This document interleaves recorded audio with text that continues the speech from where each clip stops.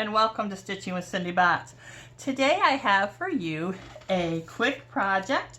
This is an extra large hot pad for your casserole dishes. When you're serving dinner and you want to protect your table, you could make this in a longer size for a casserole.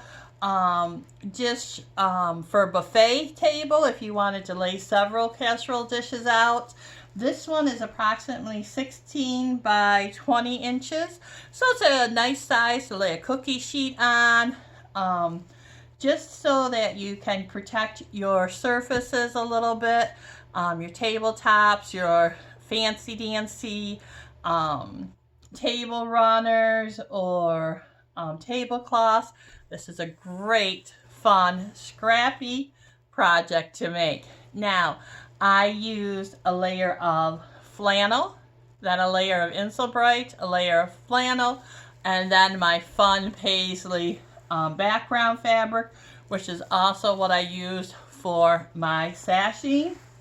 Now, the idea for this came from V&V Sewing Craft. And the video they have to show you how to make this top is don't throw away. Amazing ideas to use up your scrap fabric or leftover fabric, a sewing project. Now theirs, they just used one layer of fusible batting for their project. My project, again, I wanted it to be a casserole hot pad, save your table thing. So again, you could make it larger to do a buffet table. That it looks really cool. You could do it with all Halloween fabrics or all Christmas fabrics. So many things you could do. Now this is a different technique than what I normally do. So I'm going to put a link in for the V&V Sewing Craft. And what they did to make their top of their project was they used fusible fleece. Now I didn't have that, and I wanted to use the 2 layers of flannel anyways, so I used a layer of lightweight fusing interface, and I just cut it to the same size as my I cut my flannel to 16 by 18, a little bit extra more. Actually, was it 16 by 20?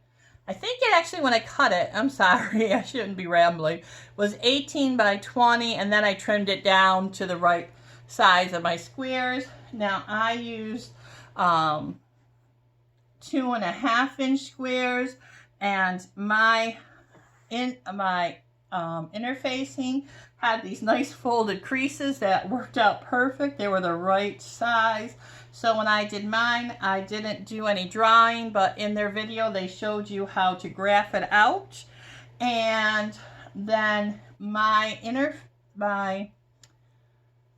sashing, I made too narrow. I would definitely make it a wider sashing. Mine is only 1.5 inches. And when I folded it over and did the sewing technique they showed you, I'm not sure I caught all my rough edges.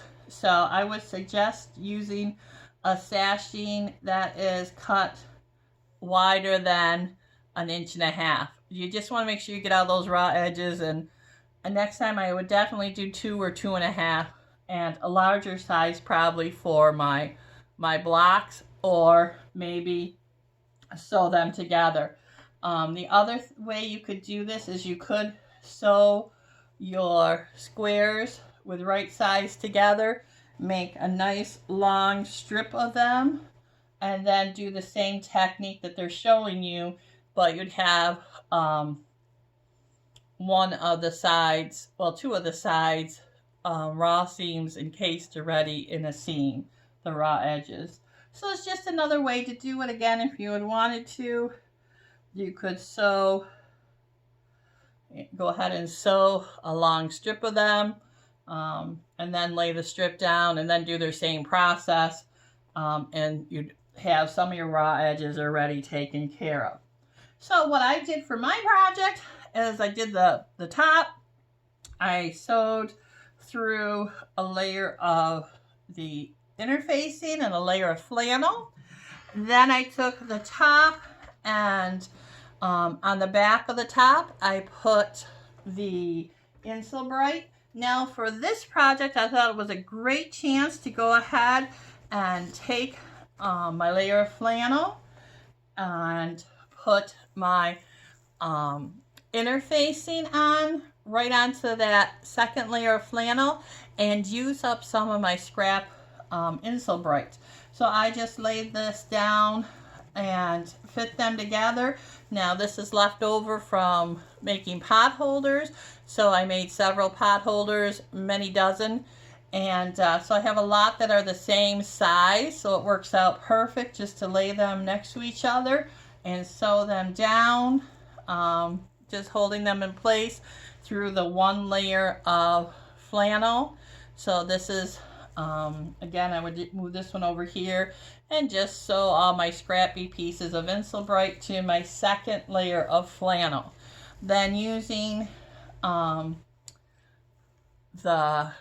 sew it and turn it method, I put my top down, then with right sides together my back. So I put this down next, then I put the second flannel layer that had the Insulbright on it, sewed around, leaving an opening. So I left an opening to turn it through, turned it through, made sure my edges were nice, and then over here is where I closed up the opening. Then just to make sure it was nice and sturdy, all sewn together, I did make a quilt through all the layers. I just went in one block and then I went to the center. This little forward patch I also quilted. So that just made sure that when I'm laundering it, it will stay together nice, but it is really nice and thick. It is a great fun project. I hope you make one. This again would be a great technique for many different things. Placemats. I'm thinking about making a quilt using larger squares and wider sashing using the same method. I think it would be beautiful. Again, you could theme color it. You could do so many different things. You could even make a sort of like a trip around the world with one color and then a second color and then a third color going around it. Oh, there's so many things you can do with this. I'm looking forward to using this new technique in many projects. You have a great day. See you soon. Bye now.